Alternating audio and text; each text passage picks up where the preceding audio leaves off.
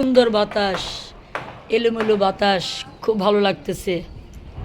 বসেছিলাম, এখন এক কাপ চা হাতে চলে এলাম আপনাদের সাথে।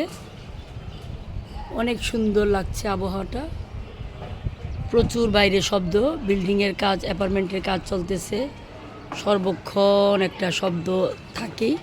শব্দ যত রাত হয় ততই বেড়ে যায়, কিছুই করার নেই, এর মাঝেই থাকতে হবে। আছি এর মাঝেই। সাথে নিয়ে আসলাম আমার প্রিয় এক কাপ চা, খুব গাঢ় লিগারের। খুবই মাথাটা ধরে আছে, শরীরটা খুব বেশি ভালো নেই। গরম বেড়ে গেলে শরীরটা খারাপ হয়ে যায়, যখন বৃষ্টি থাকে তখন ভালো লাগে।